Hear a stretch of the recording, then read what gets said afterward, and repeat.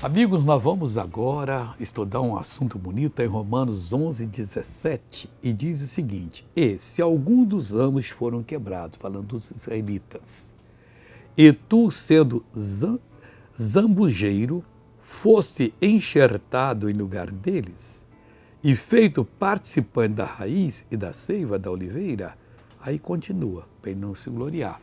O que eu quero falar é que nós fomos enxertados em Cristo. Os israelitas não receberam, nem todos, mas muitos não receberam, e eles perderam muito. Esse povo sofreu horrores, esse povo foi perseguido, foi maltratado. Teve o Hitler aí que matou 6 milhões deles, caçou em toda a Europa ali oriental, onde ele mandava, começando pela Alemanha, e foi matando, destruindo aquelas vidas preciosas. Mas o Paulo está dizendo aqui que no final eles também vão ser salvos, e vão ser os grandes evangelistas dos últimos tempos.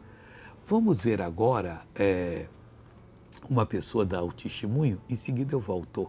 Em 2015 eu tive a chikungunya. 2015 chikungunya. Aí pronto, lá pra cá fiquei assim, que eu tinha problema no espinhaço, em nome de Jesus eu não tenho mais. No espinhaço sumiu tudo. E hoje eu amanheci com minhas pernas duras, meus rins doendo, eu disse, mas eu vou pra igreja me encontrar. E agora como é que você tá? Agora não. Anda normal. Oh, glória a Deus, glória a Deus. Agora vamos orar? Meu Deus, nós não entendemos todas as coisas, entendemos muito pouco. E pela Tua graça nós temos uma pequena percepção e já ficamos alegres. Porque o Senhor é justo, o Senhor não faz nada, absolutamente nada, prejudicial a quem quer que seja. Pois, Pai, agora toca nessas pessoas que estão doentes e cura.